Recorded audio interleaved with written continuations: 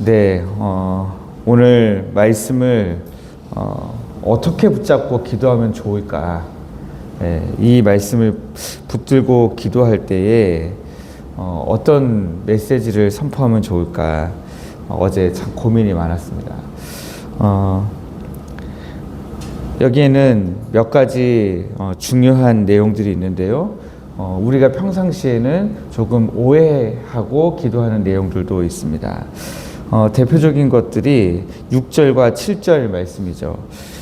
참새 5마리가 두 아사리온에 팔리는 것 아니냐. 그러나 그것마저도 우리 하나님 다 알고 계시다. 기억하고 계시다라고 하는 것과 또 7절 말씀에 너희의 머리털까지도 다 세신 바 되었다. 그러니까 두려워하지 말라. 이런 내용입니다. 이 내용을 우리가 붙들고 어떻게 기도하냐면 하나님, 참새도 하나님 허락 없이는 팔리지 않고 떨어지지 않고 또 우리의 머리털까지도 다 세신 바 되신 하나님이신데 우리의 이 모든 상황을 아시는 하나님께서 우리를 위해 응답해 달라 혹은 일하셔 달라 이렇게 우리가 기도할 때가 많이 있습니다. 그런데 이 6절과 7절 말씀만 떼어놓고 보면 그렇게 기도할 수도 있지만 1절부터 12절까지 전체 말씀 속에서 6절과 7절 말씀을 이해하면 이 내용이 단순히 기도에 대한 내용이 아니다라는 사실을 우리가 조금 알 수 있게 되는 거죠. 1절부터 4절까지 말씀을 보면 주님이 말씀하시는 것은 바로 이런 것입니다. 바리새인들의 누룩 곧 외식을 두려워하라 주의하라 라고 하는 것입니다. 왜 사람들이 겉과 속이 다른 위선의 가면을 쓰게 되느냐. 특별히 여기 바리새인들의 누룩이라고 하는 것은 우리 기독교인의 신앙에 있어서 겉으로 나타나는 신앙의 모습과 속에서 지금 있는 신앙의 모습이 다르다라고 하는 거죠. 근데 왜 이렇게 겉과 속이 다르게 되느냐? 몸을 죽이는 자들, 그러니까 사람과 세상을 두려워하기 때문이다라고 하는 것입니다. 사람에게 잘 보이고 세상의 불이익을 피하려고 하는 그 두려움 때문에 결정적인 순간에 사람 앞에서 베드로처럼 예수님을 모른 척하고 부인하게 되는 그런 무서운 영적 어떤 질병의 뿌리 같은 것이 우리 안에 도사리고 있다라고 하는 것입니다. 그래서 우리 삶을 돌아보면 우리도 사람들 속에서 예수 믿는다는 사실을 감추고 싶을 때가 참 많이 있습니다. 이 글을 쓰면서 제가 저를 돌아봤는데 저는 이제 월요일마다 축구를 하러 가잖아요, 저녁에. 그때도 보니까 저도 처음에 이제 부드럽게 나중에 이제 그 어떤 시간을 거쳐서 목사라는 사실이 결국 드러날 거라고 생각은 했지만 생각보다 좀 빨리 드러났고요. 그리고 이제 왜 그러면 나는 처음에 말을 안 하려고 했을까? 목사라고 했을 때 이제 드러나는 것이 사람들에게 어떻게 다가갈지에 대해서 자신이 없었던 것이 아니었을까? 이런 생각을 좀 해봤습니다. 그러다가 어느 날엔가 교회를 이제 개척하면서 다른 지역으로 가면서 이제 그 축구팀을 탈퇴하는 전도사님이 한 분 오셨어요. 와가지고 내가 이번에 교회를 이제 개척하기 때문에 나간다 하면서 자기가 전도사인 것을 이제 말하기도 하고 또 이제 같이 담배 피는 사람들 틈에 섞여가지고 자기는 담배를 안 피지만 이렇게 담배만 피지 말고 우리 교회도 한번 나와봐요. 막 이렇게 얘기하는 모습을 보면서 참 대단한 분이시다 이런 생각도 많이 했던 것 같습니다. 그러니까 우리는 삶에서 내가 신앙을 가진 사람이다 라고 하는 것이 유리했을 때는 예전에는 유리했잖아요. 서로 간에 믿는 사람이라는 것을 밝혀가지고 서로 알게 되면 좀 더 서로 신용하는 것도 있고 아니면 예수를 믿지 않는 사람이라 할지라도 예수 믿는 사람이라고 했을 때에 더 믿어주는 그런 시대가 있었는데 요즘은 어떻습니까? 더 안 믿죠.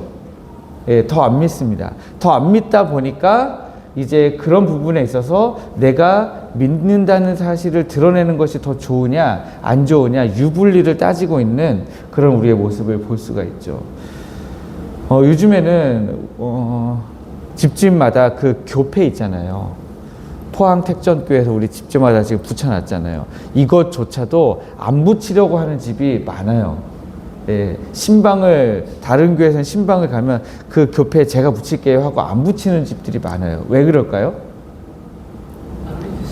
네, 내가 실수할 수 있잖아요. 살다 보면은. 그런데 그런 걸일 때 이 교패가 붙어 있는 게 너무 부담이 되는 거예요.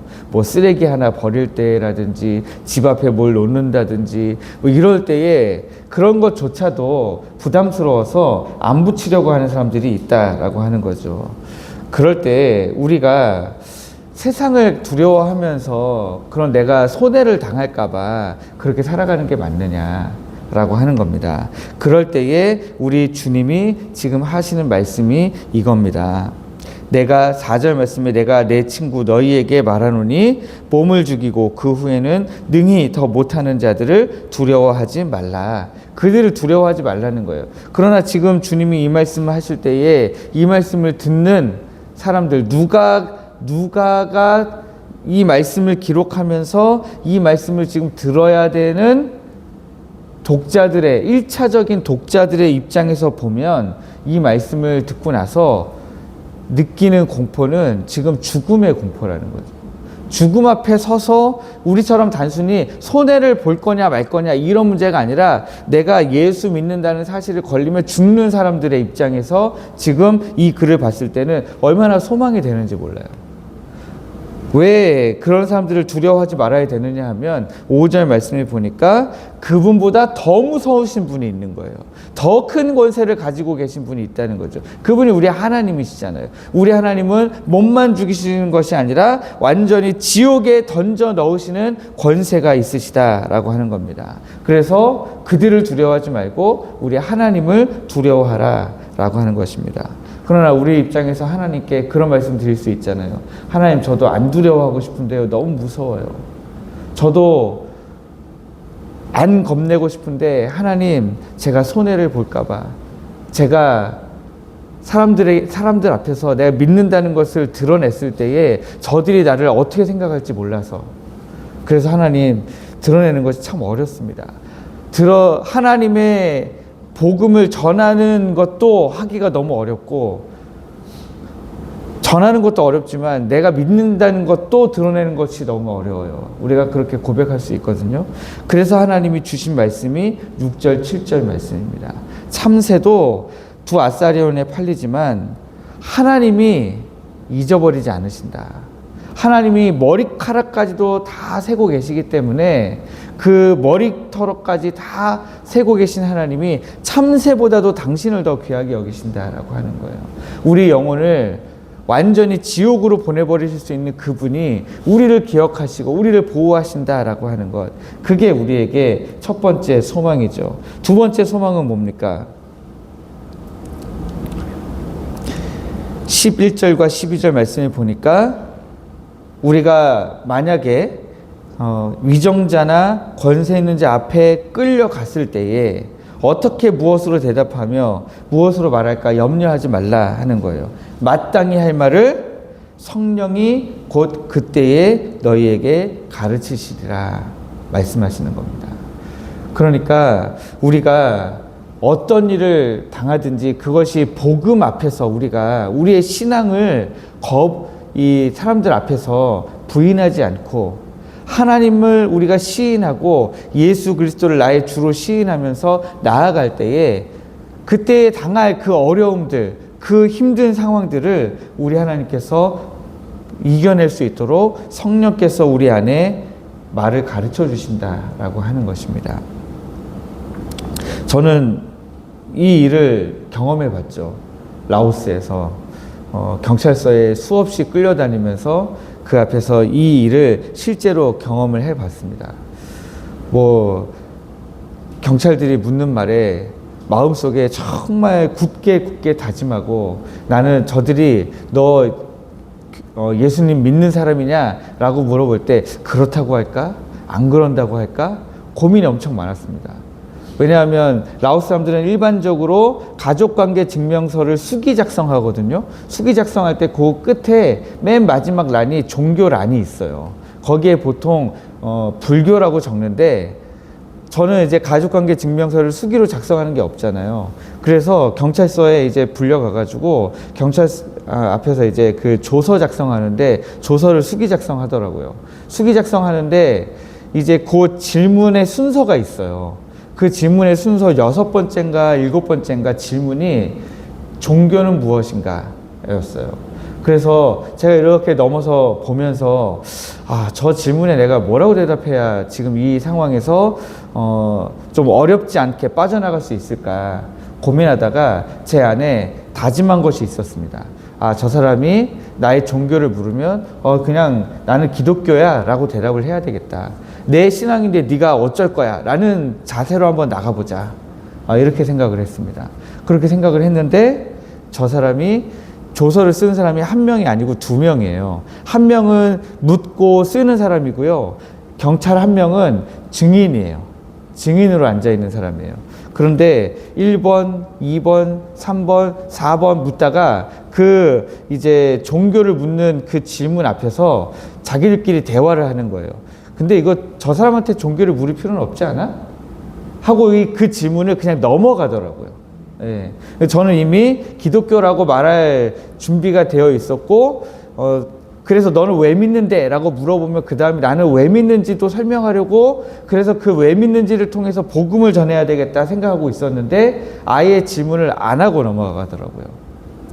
그 다음번에는 제가 이 라오스 청소년들을 데리고 예배를 드리고 있는 장소를 이 경찰들이 급습을 했어요. 급습을 할 때 너 여기서 뭐 하냐, 뭐 여기서 이 친구들 데리고 뭐 한 거였냐, 왜 이 친구들을 절에 못 가게 하느냐, 막 이런 질문들을 할 때에도 그 경찰들에게 적절하게 지혜 있게 대답할 말을, 제가 미리 그 사람들이 무슨 질문을 할지 모르잖아요. 그런데 하나님께서 제 입에 넣어주시는 것을 경험한 적이 있습니다. 그 이후로는 경찰서에 가는 게 그렇게 무섭지 않더라고요. 네, 두렵지 않았습니다.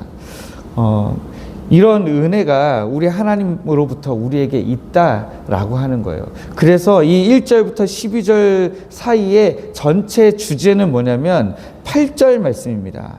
그래서 내가 또한 너희에게 말하노니 누구든지 사람 앞에서 나를 시인하면 인자도 하나님의 사자들 앞에서 그를 시인할 것이요, 사람 앞에서 나를 부인하는 자는 하나님의 사자들 앞에서 부인을 당하리라 하는 것입니다. 그러니까 지금 참새 이야기, 또 머리털 이야기, 성령께서 우리 입술에 지금 할 말을 가르쳐 주시겠다 하시는 이야기, 이 모든 말씀들이 지금 다 이 8절과 9절 말씀 때문에 우리에게 주신 그런 말씀이다 라고 하는 것입니다. 여기 시인한다는 말은 똑같이 말한다 라고 하는 거예요. 뭘 똑같이 말하는 걸까요?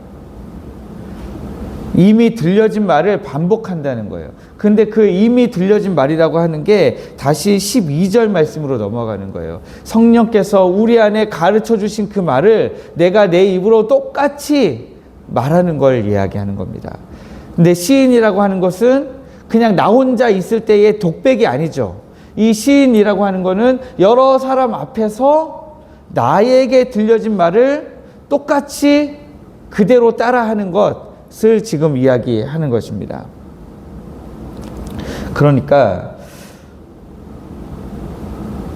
세상 사람들이 무시하는 그 예수님이 바로 나의 주님이 맞습니다 라고 성령께서 내 안에 가르쳐 주시는 대로 내가 말하는 것을 이야기하는 거죠. 그래서 신앙은 교회 안에서만 그냥 우리끼리 신앙이다 라고 하고 끝나는 것이 아닙니다. 세상 한복판에 나아갔을 때에도 두려움의 가면을 벗고 예수를 시인하는 그 신앙이 진짜 생명력 있는 신앙이다 라고 하는 것을 우리가 기억하시면 좋겠습니다. 그래서 오늘 하루 내 안에 계신 성령 하나님을 의지하여서 일상 속에서 예수 그리스도를 당당하게 시인하시는, 그냥 말로만 시인하시는 것이 아니라 우리의 온 삶으로 예수 그리스도를 시인하시는 여러분들 되시기를 주님의 이름으로 축복합니다.